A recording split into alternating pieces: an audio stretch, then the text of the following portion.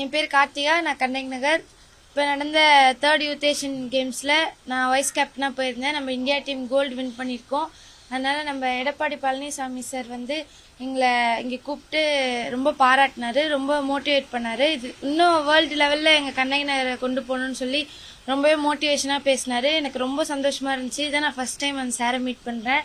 அப்புறம் எங்களுடைய கண்ணகி நகரில் வந்து நம்ம டிசி கருணா சாரும் அஸ்வினி கருணா மேமும் நிறைய சப்போர்ட் பண்ணுறாங்க. ஒரு மேட்சோ போயிட்டு வரும்போது நல்லா பாசிட்டிவாக மோட்டிவேட் பண்ணுவாங்க. அதெல்லாம் ரொம்ப சந்தோஷமாக இருக்குது.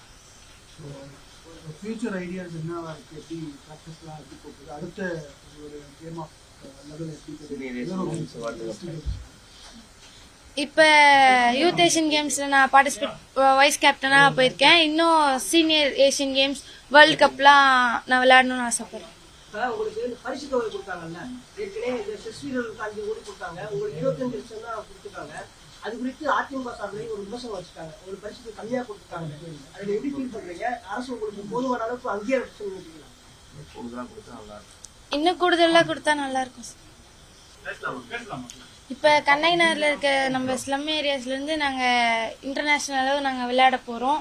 இதே மாதிரி எங்கள் கண்ணகி நகரில் இன்னும் மல்டிபர்பஸ் ஹால் நிறைய இண்டோர்லாம் கட்டி கொடுத்தா ரொம்ப நல்லாயிருக்கும்.